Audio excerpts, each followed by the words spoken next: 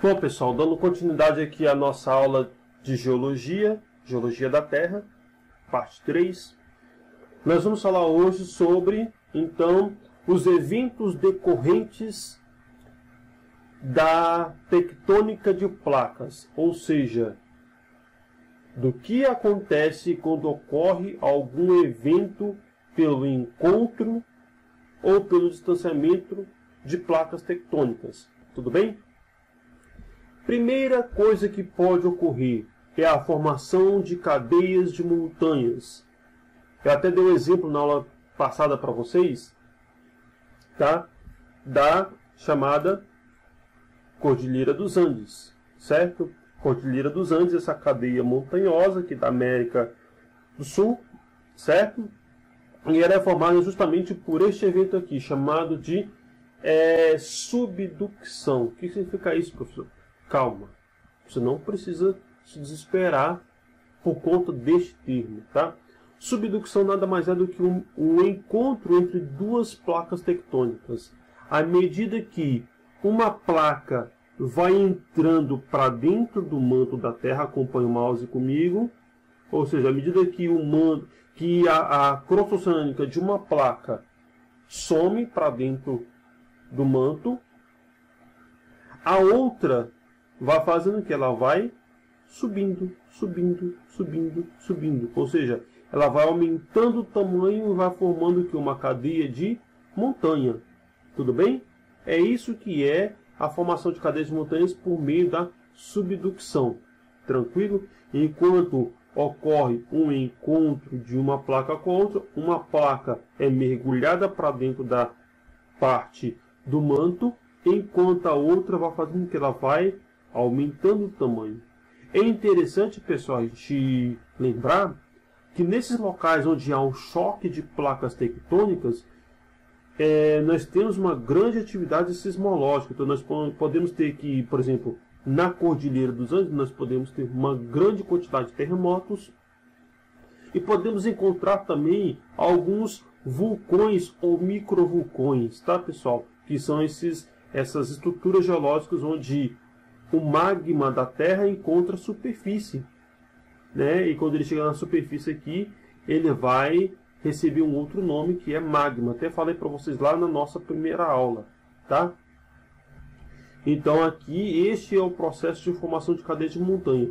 É quando nós temos uma placa entrando para dentro da outra e essa outra placa ela vai aumentando de tamanho, formando uma montanha, uma cadeia de montanhas, uma fileira de montanhas.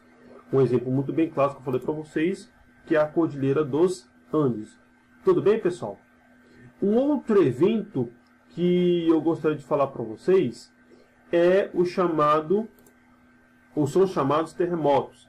Os terremotos nada mais são do que tremores ocorridos na superfície da Terra em decorrência do deslizamento ou da colisão de duas placas tectônicas, ou até também da separação dessas placas tectônicas, tá?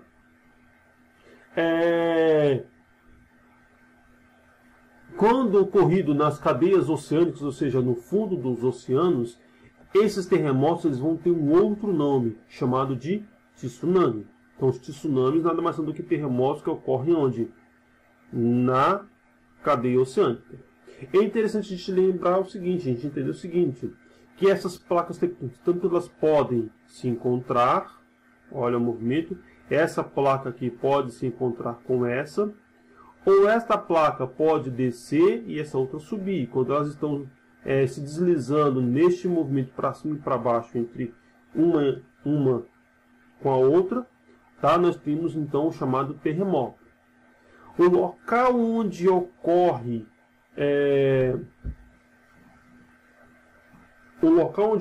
a formação do terremoto nós chamamos de epicentro, tá? Epicentro, local onde as correntes do terremoto vão se dissipar, tá?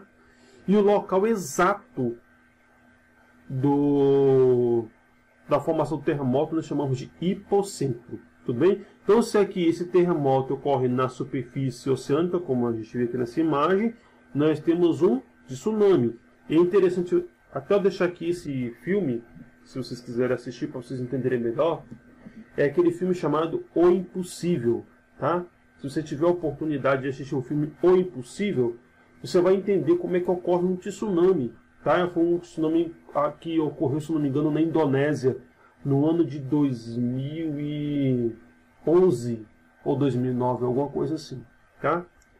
Então vocês vão entender ali como é que ocorre um tsunami, que é um terremoto aquático, entre aspas, tá? Outros terremotos também vão acontecer na superfície da Terra, tá?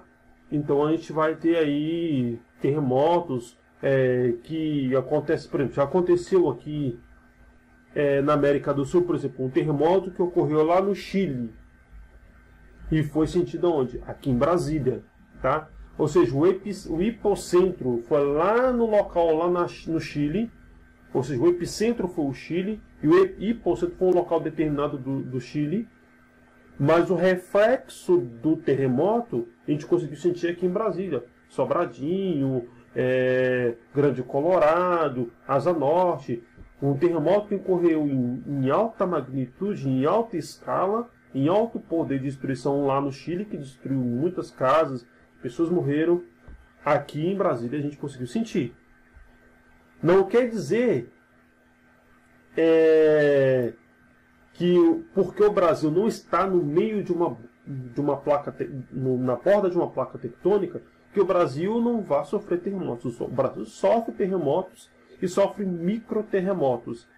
A própria Universidade de Brasília e as outras universidades federais conseguem monitorar a atividade sismológica do Brasil. Geralmente você só tem terremotos no encontro entre placas tectônicas.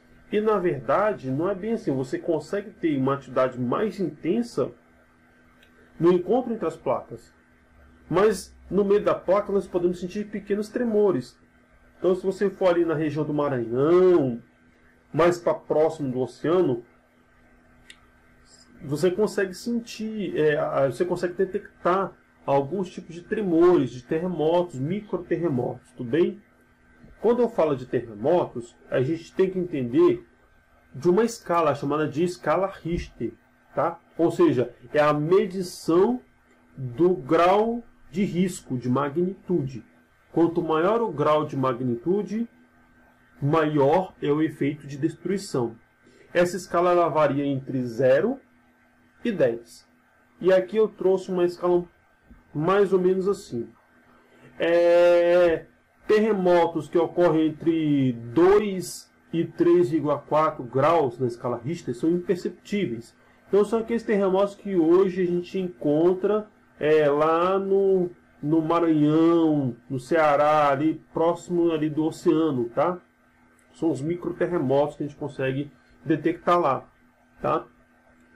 Terremotos de baixa magnitude, ou seja, de 3,5 a 4,2, o que a gente consegue apenas detectar são os barulhos dos tremores.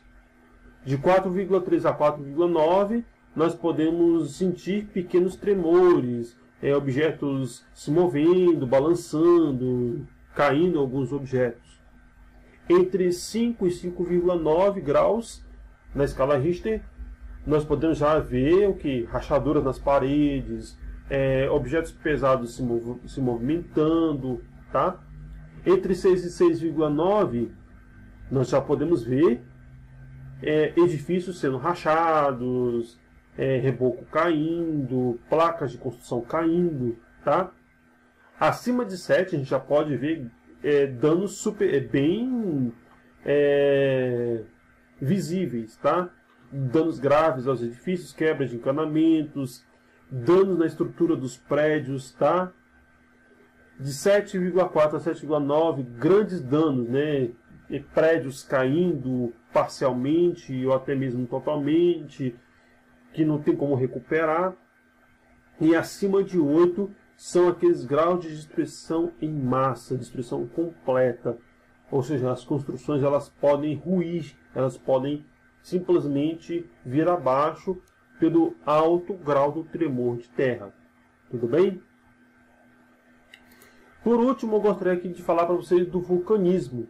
Vulcanismo nada mais é do que uma atividade sismológica que ocorre quando há aberturas, fissuras, rupturas na crosta terrestre.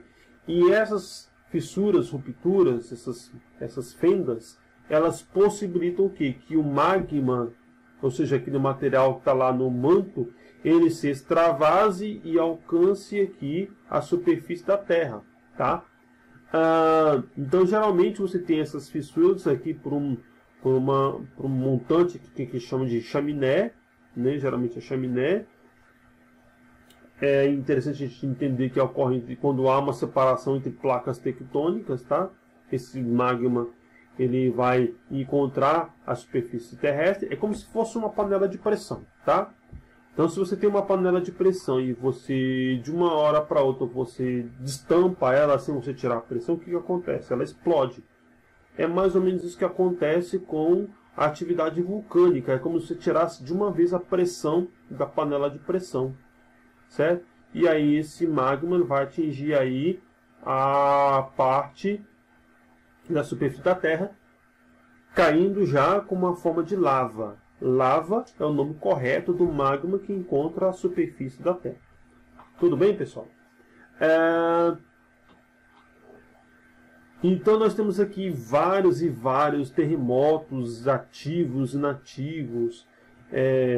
Ali na parte ali da Oceania, né, onde a gente tem a Austrália, Nova Zelândia. Nós temos ali também mais para cima ali entre a América e a Europa, né? Lá perto da Islândia, né? Onde o pessoal chama de Triângulo das Bermudas, enfim, tá? Naquela região a gente tem ali uma grande quantidade tanto de vulcanismo quanto de terremotos. Tranquilo? Agora, todo mundo me pergunta, professor, Caldas Novas já teve vulcão? Caldas Novas está em cima de um vulcão?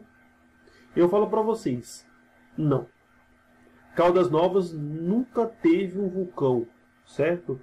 Caldas Novas simplesmente tem uma situação atípica, que é o seguinte: o lençol freático, ou seja, o lençol de águas subterrâneas que passa por Caldas Novas, ele é bem profundo.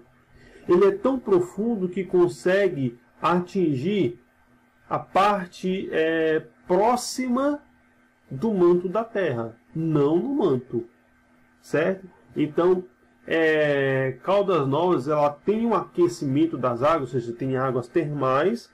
Por quê? Porque o seu lençol freático está muito próximo do manto. O que acontece? Essa água, ao atingir a superfície da Terra, ela vem com uma temperatura muito, assim, para o nosso consumo um pouco alta, algo em torno de 35 e 45 graus, tá? Então ela vem quente, mas não tem vulcão em Caldas Novas, nunca teve vulcão em Caldas Novas, até porque pela estrutura geológica da Terra, eu falei para vocês na última aula, o Brasil não está no limite de uma placa tectônica, o Brasil está no meio de uma placa tectônica. Então, se o Brasil está no meio de uma placa tectônica, você não tem nem atividade vulcânica, muito menos terremotos. Você tem microterremotos, você não tem vulcanismo. Tudo bem, pessoal? Guarde bem isso aí quando alguém for falar com você. Já teve vulcão em Caldas Novas. Não, não teve. E nem nunca vai ter. Pelo menos, evidências geológicas indicam que tão cedo a gente vai ter algum tipo de atividade desse tipo, vulcanismo em Caldas Novas. Tranquilo, pessoal? Então é isso. Então, pessoal, gostaram da aula? Se você tiver alguma dúvida, se você tiver alguma colocação, não se esqueçam, entre na nossa sala do Google Classroom, faça seu comentário. Não deixe, pessoal, de ver o seu mural, não deixe de ver a aba das atividades, tá? Então, frequentemente, nosso contato vai ser pela Classroom. Então, fique atento ao seu mural de atividades, veja se tem alguma coisa, se eu postei algum vídeo naquele dia. Lembrando que, pessoal, essas aulas serão disponibilizadas toda segunda e toda sexta-feira. Tudo bem? Então, um grande abraço a todos, bons estudos e até a próxima.